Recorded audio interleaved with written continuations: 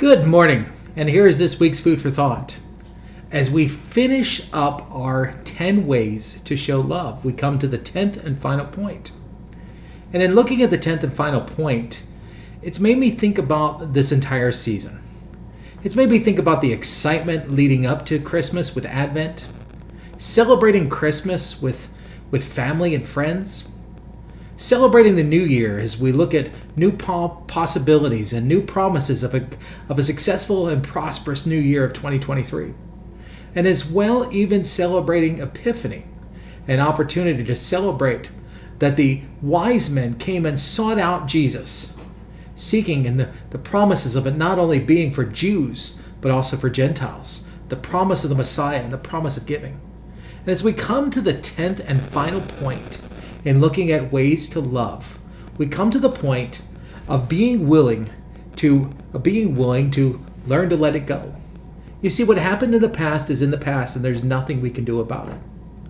I don't know about you, but in the midst of finishing up Christmas and New Year's, there's been a lot of trips that I've had to make, and I've been blessed to have a dumpster right there in the back of the yard that has provided that the church has allowed me to throw some of my garbage in the trash to get rid of unused boxes, wrapping paper that's been unwrapped, pieces of paper and trash, to get rid of it, to take it there, to remove it altogether.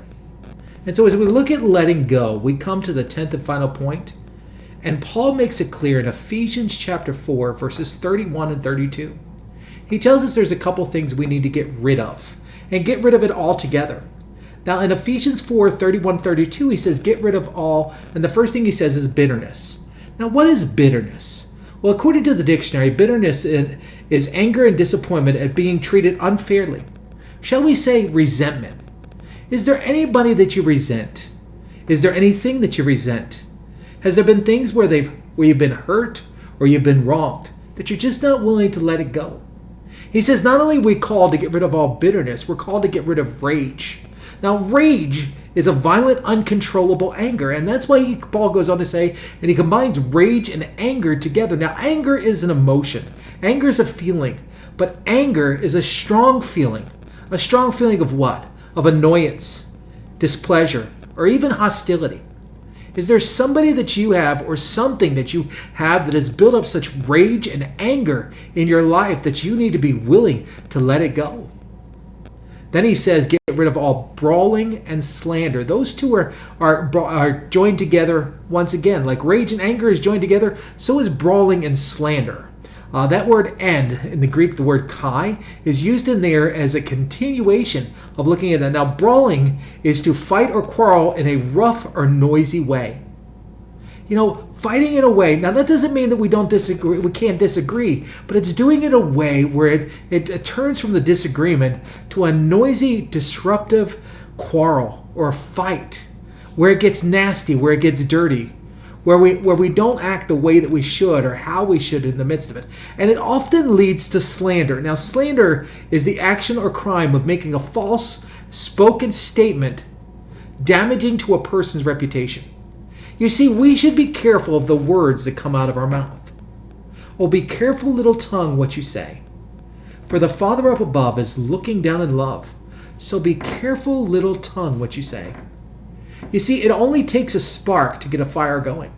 And it only takes just the smallest little bit of slander to destroy a person's entire reputation.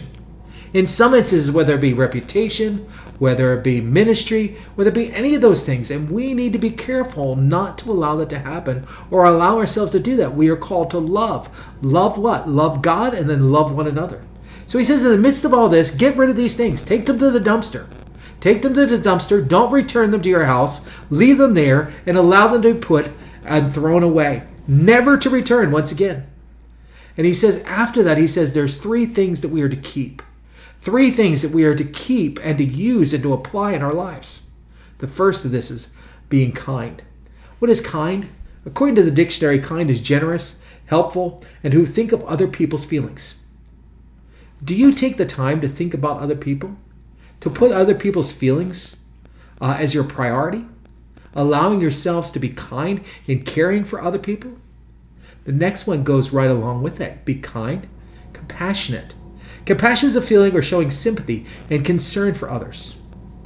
Do you take the time to be concerned about what other people think, or how other people feel, or how what you do or what you say, how it'll affect these people? And allow yourself to show compassion of walking a mile in their shoes. And the last one is forgiveness. Now, it gives a little bit of a further definition of what we're called for here. He says, forgive as Christ has forgiven you. Now, Christ has forgiven us unconditionally. Christ has forgiven us even in the midst of while we were yet not really willing to say we're sorry. While we were yet sinners, Christ died for us. Now, forgiveness, and my best way of explaining forgiveness to you, is a conscious, deliberate decision to release feelings of resentment or vengeance toward a person or towards a group who has harmed you, regardless of whether they actually deserve your forgiveness. Think about that. A conscious, deliberate decision to release feelings of resentment or vengeance.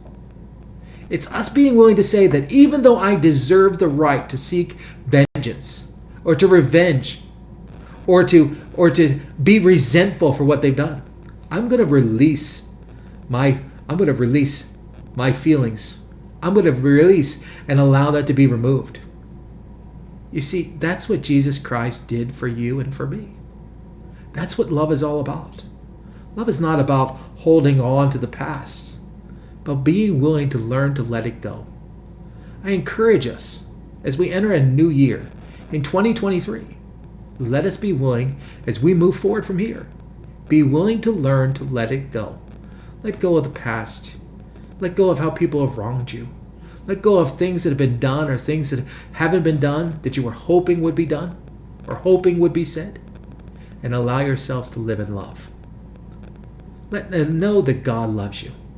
And so do I. Have a great and blessed week.